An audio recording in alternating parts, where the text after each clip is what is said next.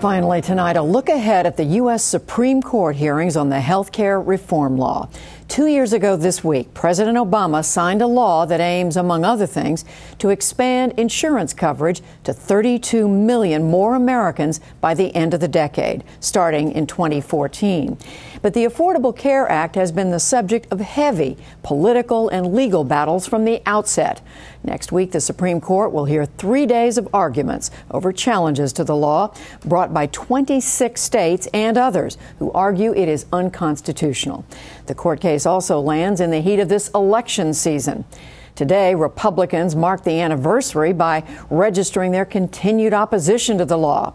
Here is Senate Minority Leader Mitch McConnell. We need to reform health care, but this reform made things worse. The evidence and broken promises are all around us. It's time the president acknowledged it, and it's time the two parties came together and did something about it. It's time to repeal Obamacare and replace it with the kind of common sense reforms Americans really want. Reforms that actually lower costs and which put health care back in the hands of individuals and their doctors rather than bureaucrats here in Washington. Meanwhile, President Obama is stepping up his defense of the law. Here's how he touted its benefits at a Chicago campaign fundraiser last week. We got 2.5 million young people who already have health insurance today because they can stay on their parents' plan. Millions of seniors who are already seeing benefits in terms of more preventive care, lower drug prices. And not only is preventive care now covered, it also means that families with children with pre-existing conditions aren't going to have to worry that somehow their child is going to be left on their own, or that they're going to have to mortgage their business or lose their home because of that illness.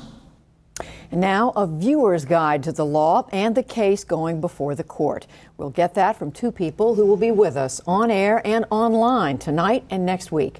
They are Marcia Coyle, our regular Supreme Court reporter with the National Law Journal, and Susan Dentzer, editor-in-chief of the Journal Health Affairs. She is a health analyst for the NewsHour. The two of you are going to be spending a lot of time with us next week. Sure are, Judy. So we are glad to have you here for this preview. Susan, I'm going to start with you. Summarize the basics for us of what this law is. How is it intended, when it's all said and done, if it becomes law, to change the way Americans interact with the healthcare system? Well, Judy, of course, it's a big law, but the most relevant provisions are these. 50 million people in the country don't have health insurance, and the insurance market is fraying as the cost of health insurance gets so high, so expensive. So what the law does is essentially says, for about half of those without health insurance who we're going to tackle, actually, I should say that this law only solves about 2/3 of the problem of uninsurance. But for half of that 2/3, we're going to take the Medicaid program and expand it for those people. So Medicaid, which traditionally was our program for low-income people, we'll make that bigger. We'll write some new rules. About 10 to 20 million people will go into that. Then for higher income people, not really high income people, but higher income people who are buying insurance coverage on their own, or who work for small businesses, we're going to create new markets in every state called health insurance exchanges. We're going to let people buy coverage through those new markets. We're going to give them federal subsidies to help pay for it.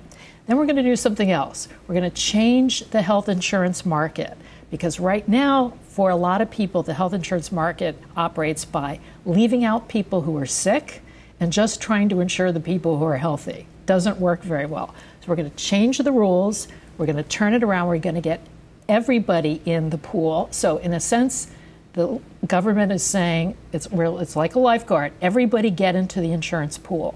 And that is the piece that is the individual mandate that says everybody's got to get coverage. Well, speaking of that, if that's a broad brush look at what it should do, it would do if it were enacted, what's the central complaint? 26 states filing lawsuits and other organizations. Well, there are 4 major complaints. One of the primary ones, though, is that this individual mandate, the government saying everybody get into the pool, is unconstitutional. And in effect, if we think about most Americans have health insurance. Most Americans who work for large employers have coverage. They don't need to worry about this. They're really not affected by it. The mandate really is there so that people who would otherwise stay out of coverage for whatever reason will get into the pool, because this whole system only works if everybody healthy and sick is in the pool, and then we spread the cost of insurance across the whole population. So that's the argument. Is the mandate constitutional? Is it okay for the government to say everybody get into the pool or not? Well, Marcia, let's talk just quickly here about how the justices are approaching it. They set aside 3 days, 6 hours. Yes. How unusual is that? It is unusual. In fact, Judy, I think you probably have to go back to the 60s to find something comparable. But I think the way the justices have structured the arguments and identified 4 issues reflects how seriously they take the issues before them, as well as how carefully they're going to review them. In fact, the court even appointed 2 lawyers, 2 widely respected Supreme Court advocates, to argue positions that the main parties are not going to argue, so that it has the full picture. Well, we're going to be digging into each one of these arguments every day, but let's talk first quickly about day one. The court on day one is going to look at this basic question of whether it can rule on the merits of this law before the mandate and the penalties even take effect. Right. And we're going to be hearing about a law, an 1867 law known as the Anti-Injunction Act. That law basically says federal courts, you can't entertain tax challenges until the tax law takes effect. And it's very practical because the government needs to collect revenue in order to operate and can't be tied up in federal court fighting off tax challenges. We're going to hear from the United States, the government, supporting this, the health care law, that the Anti-Injunction Act doesn't apply here, that it doesn't apply to the mandate and the penalty, that the penalty is not a tax law. Yes, it's in the Internal Revenue Code, but it's not a tax, doesn't operate as a tax. The challengers agree. And they say, we're not challenging the penalty, we're challenging the mandate. Let's focus on the mandate. And this is one of the issues in which the court appointed a lawyer to make the argument that the act does apply. This is kind of unusual, but on the first day they will be dealing with whether they can go ahead and make the ruling. Yes, period. It's a threshold question. So day 2, Marcia, and that's the fundamental question that Susan just described. Yes. Is this mandate constitutional? Right, and this is a real constitutional argument now, and we're going to hear a lot about Congress's power to make laws under the Commerce Clause, the Necessary and Proper Clause, and even possibly its taxing and spending powers. The United States argues this is classic economic regulation. The mandate is part of a comprehensive scheme to regulate the insurance market, and that it's necessary to achieve the reforms it wants. And as a fallback, Congress could enact this mandate as part of its taxing and spending power to collect revenue for the general welfare. The challengers say this is not regulation of economic activity. This is creating economic activity, and that's way beyond Congress's power. So moving to day 3, 2 arguments. The first one is if the court is looking at itself and saying, if the court says the mandate is unconstitutional, what does that mean for the rest of the health care law? Does it stand? And then the second argument has to do with expanding Medicaid. Right, coverage. exactly. The court always wants to know what the consequences of its actions might be. And that brings us to the issue of severability. A lot of laws, Congress will put a clause in saying what a court should do if it finds a certain provision unconstitutional, whether Congress wants you to strike just that provision or the entire law. Here again, the court is asking what should it do if it does strike down this mandate. And Susan, some complex legal arguments we're going to be hearing for 3 days. What about the political ramifications of this? I mean, this has become almost issue number 1 in the presidential campaign. Absolutely. And we should note that about 2/3 of Americans in polls say that they are opposed to the mandate, and about 1/2 actually want to overturn it. We'll go on to say that 1 in 7 Americans think it's already been ruled unconstitutional. So there's a lot of confusion.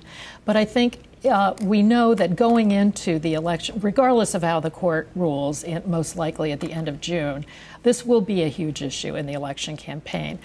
The Republican candidates universally want to repeal the Affordable Care Act. we've heard from President Obama he wants it to go forward. So it will be a major, major argument. And just finally and quickly, Marcia, to what extent is all the political noise affecting what goes on inside that court? Well, it's not supposed to, and I think the justices are going to focus very much on the legal arguments before them. They're human beings. They're not unaware of what is happening outside the court building. There's going to be a lot of activity there, as well as what's been written about the law. But they will look at the law and the issues before them. Well, we look forward to seeing both of you with us much of next week. Susan Dentzer, Marcia Coyle, thank you. Thank you. Thanks, Judy. And you can also find much more about the case and the impact of the law online right now. And beginning on Monday morning on our site, Marcia is going to be previewing each day's court arguments.